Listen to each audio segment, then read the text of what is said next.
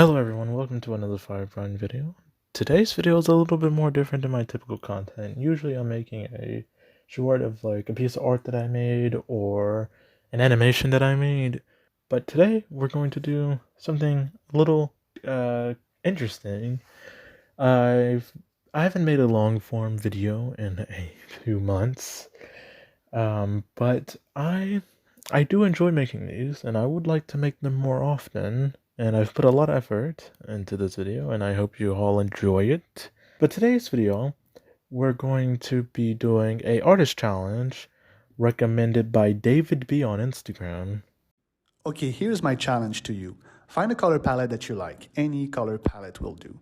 Then find a sketch of yours. It can be a portrait or otherwise, and try to apply this color palette to your illustration. Once it's done, show me what you got. So, as you said, I found a sketch, although the way that I draw, I don't really make sketches before my line art. It might be a good thing, it might be a bad thing, but I did find a drawing that I really liked and I thought might be cool with a new color palette. And I went to Pinterest, as I like to do before I make art, and I found a lovely woman named Annie Stout. I found her color palette. Check her out on Pinterest, along with David B on Instagram. And this is what I came up with. I hope you enjoy. Okay, so to begin off this painting, I had to get rid of the background that I previously had on my previous drawing, and I decided with this color palette that snow might be in order. So I decided to create and this is how I like to draw my backgrounds first. It's a tip that I learned recently that helps you help your characters fit in, if that makes any sense. So I drew some snow, and then I went on to draw some trees, which the trees, believe it or not, took like an hour. I'm not very good with landscapes. I've been trying my best. I never drew landscapes in the past, but I'm trying to now. Um, so I have little practice with them, but I'm trying my best. I hope you can see that in this video. But the trees alone took me an hour to color and shade. But I'm not entirely dissatisfied with the result, considering I've never drawn trees like this. I kinda drew them in a way that I like to draw my hair sometimes. But I hope you find the trees to be pretty sweet. I I like the end result, as I said. I most definitely enjoyed the shading that I did. I think it looks excellent. I think I did shade some trees better than other trees, but no such thing as mistakes, as Bob Ross once said, only happy accidents. To add a touch, like I said, I shaded these trees like I'm drawing hair. I thought that adding some highlights would show the I thought that adding the highlights would make the trees look a little better. I don't know if you guys agree or not, but I quite like them. After adding a few more trunks in the background to make it look like a more dense forest, I go on to shade the snow. I decided to add two little hills, so to say, to sort of, not make it look too boring and just be, a flat land of snow.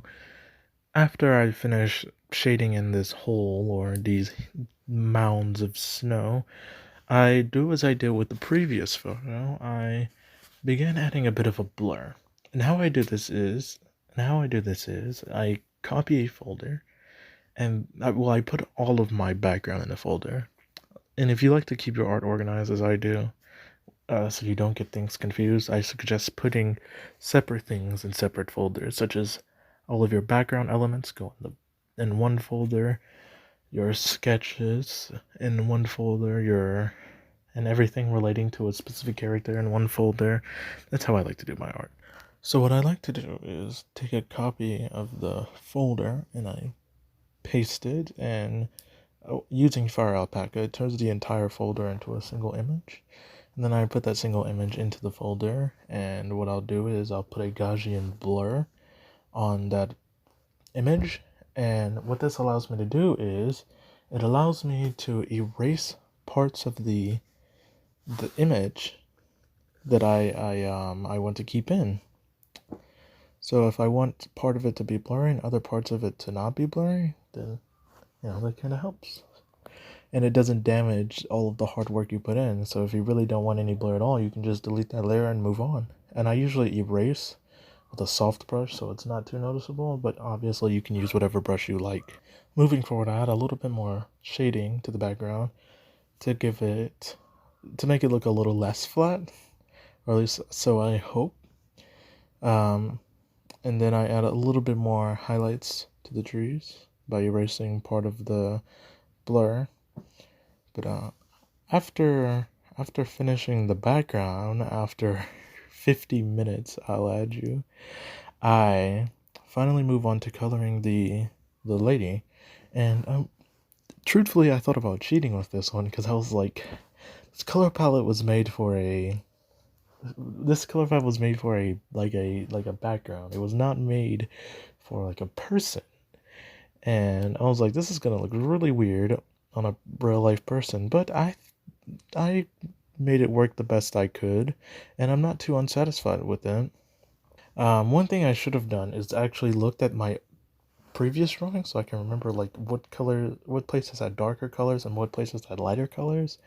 But I did this like maybe it's a little more true to the challenge. But yeah, so after I finish coloring the lady, I move on to shading it. Her and the fox. I completely kind of forgot about the fox. I'm not going to lie. After shading the woman, but there she is. Oh, it is a fox. I know it's a little difficult to tell because I'm much like backgrounds. I'm not very good with drawing animals, but I'm trying to do it more often. After shading, I like to add some highlights. Recently, I've been trying to add a little bit of some bounce light. Recently, after shading, I always add some highlights, and more often now, I've been trying to add in some backlights, bounce lights. I'm not entirely sure what you call them. Also, if you can hear the sirens in the background, I really apologize. This art is just criminally good.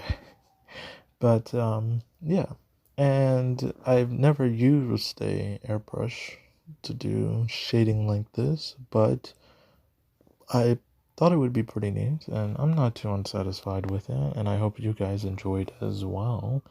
But my favorite part of this entire piece by far has got to be the little snowman I decided to put with the glow and the little speckles.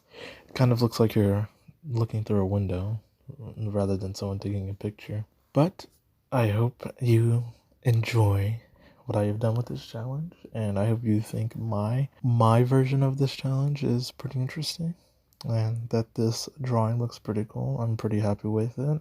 I didn't expect it to look very good. I'm not going to lie. I thought the colors would not really work, but it does kind of look like it has a filter on it, like an old photo or something, rather than that's her skin color. So we'll go with that. We'll say she's taking a picture through a window using a filter. Well, again, I hope you enjoyed this video. Here is a side-by-side comparison of the two drawings, and I can't wait to see you in the next video. And if you have any ideas for what I should do next, do tell me in the comment section below. Leave a like, subscribe, and goodbye.